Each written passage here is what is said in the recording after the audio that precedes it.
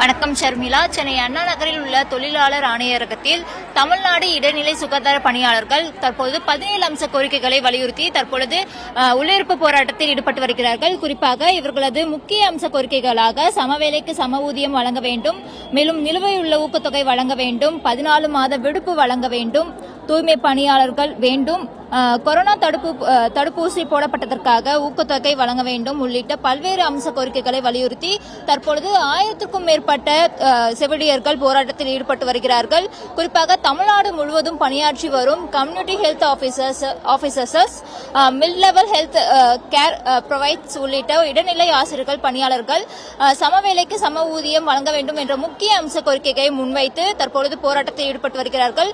மேலும் அதோடு தற்பொழுது வழங்கப்படாமல் உள்ள மாத ஊக்கத்தொகையாக 57,304 உடனடியாக வழங்க வேண்டும், நிலுவையில் உள்ள ஊக்கத்தொகை வழங்க வேண்டும் உள்ளிட்ட கோரிக்கைகளையும் வலியுறுத்தி வருகிறார்கள். மேலும் PSG மற்றும் NQAS தொடர்பான ஊக்கத்தொகைகள் உடனடியாக வழங்க வேண்டும் என்றும் 2002 முதல் 2024 வரையிலான 5% ஊக்கத்தொகை உயர்வை அமல்படுத்த வேண்டும் என்றும் வலியுறுத்தி வருகிறார்கள். மேலும் பணி சுமை அதிகமாக இருப்பதால் 12 மாத ஊதியத்தையும் கூடிய விடுப்பு வழங்க வேண்டும் உள்ளிட்ட கோரிக்கைகளை வலியுறுத்தி வருகிறார்கள். அதனைத் தொடர்ந்து தற்பொழுது நம்முடன் செவிலியர் தற்பொழுது ஈடுபட்டுள்ளார். அவருடன் கூடுதல் தகவலை கேட்கலாம்.